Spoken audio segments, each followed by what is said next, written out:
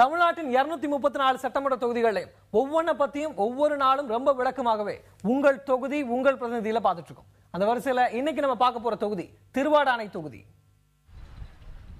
தொகுதி மறுசீரமைப்புக்கு முன்பு திருவாடானை தொகுதி காங்கிரஸ் கோட்டையாகவே இருந்து வந்தது. 1971ஆம் ஆண்டு தேர்தலை தவிர மற்ற அனைத்து தேர்தல்களிலும் இந்த தொகுதியில் காங்கிரஸ் கட்சியே வென்றிருக்கிறது. 1971ஆம் ஆண்டு மட்டும் திமுக வெற்றி பெற்றது. கடந்த 2011ஆம் ஆண்டு தொகுதி மறுசீரமைப்பின் போது தேவக்கோட்டை ஊராட்சி ஒன்றியம் நீக்கப்பட்டு ராமநாதபுரம், திருவாடானை ஊராட்சி ஒன்றியங்கள் இணைக்கப்பட்ட பிறகு நடந்த தேர்தலில் திமுக மீண்டும் வெற்றி பெற்றது. இந்த தொகுதியில் அதிமுக ஒரு முறை கூட வென்றதில்லை. திருவாடானை தொகுதியில் 2,64,602 வாக்காளர்கள் உள்ளனர். ஆண் வாக்காளர்கள் 1,34,11 பேரும், பெண் வாக்காளர்கள் 1,30,562 பேரும் உள்ளனர். மூன்றாம் பாலினத்தவர் 29 பேர் இருக்கின்றனர். தற்போதைய எம்எல்ஏ திமுகவை சேர்ந்த சுபதங்கவேலன். தமிழ்நாட்டின் ஒவ்வொரு ஊருக்கும் இருக்க மாதிரி திருவாடானைக்கு இருக்கக்கூடிய சிறப்பம்சங்கள் என்ன, அங்க இருக்கக்கூடிய சமூக கட்டமைப்பு எப்படி இருக்கு பார்க்கலாம். திருவாடானை தொகுதியில் நெல் உற்பத்தியே பிரதானம்.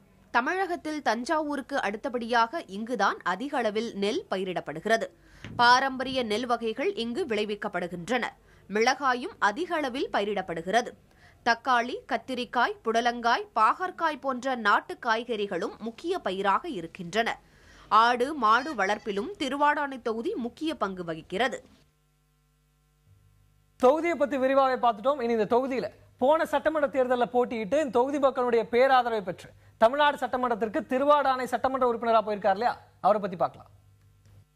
திருவாடானை தொகுதியின் தற்போதைய எம்எல்ஏ திமுகவை சேர்ந்த சுபதங்கவேலன்.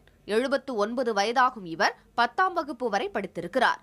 பள்ளி பருவத்திலேயே அண்ணாவின் மேடை பேச்சால் ஈர்க்கப்பட்டு திமுகவில் இணைந்தார்.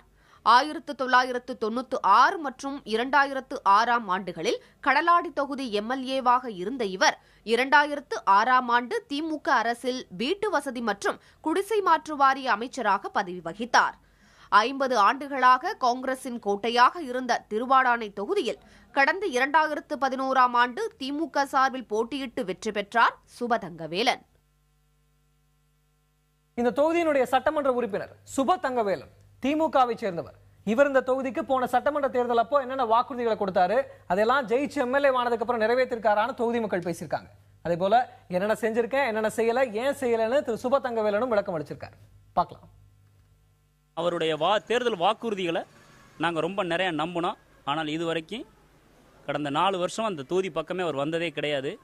குடிநீர் பிரச்சனை இருக்குது, சாலைகளுடைய பிரச்சனைகள் இருக்குது, நிழற்குடைகள் பிரச்சனைகள் இருக்குது, எவ்வளவோ பிரச்சனைகள் இருக்குது. ஆனால் எந்த பிரச்சனையும் பற்றி அவர் மக்கள்கிட்ட கலந்து ஆலோசித்து எதையும் செஞ்சது கிடையாது.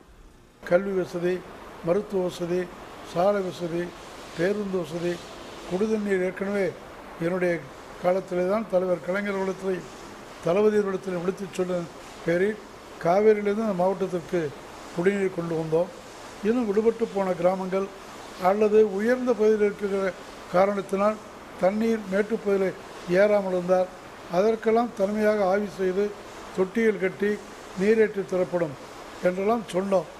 ஆனால் எதிர்க்கட்சியாக போய்விட்ட காரணத்தினால் நம்முடைய கோரிக்கைகள் பல செவிடன் காதில் ஊதிய சங்கை போல மாறிவிட்டது. இதுக்கு முன்னால் அறிவித்த இந்த வேலிக்கருவை அது எங்கேயுமே அகற்றல. குறிப்பாக திருவாடானை சட்டமன்ற தொகுதியில் எங்கு பார்த்தாலும் திருவாடானை தாலுகா, ராமநாதபுரம் தாலுகாவில் எங்கு பார்த்தாலும் ஒரே வேலிக்கருவைகளாக இருக்குது. எல்லா வேலிக்கருவையினால விவசாயிகள் ரொம்ப பாதிக்கப்படுறாங்க. இந்த காட்டுக்கருள் பாதாளம் வரைக்கும் வேறு போய் பிற தாவரங்களும் அழித்து காற்றில் உள்ள அந்த சுற்றுச்சூழலை பாதித்து காற்றில் உள்ள ஈரப்பதத்தை விழுங்கி மழையே பெய்யாமல் செய்து கொடுக்கிறோம். எனவே காட்டுக்கருளை சுத்தமாக ஒழிக்க வேண்டும்.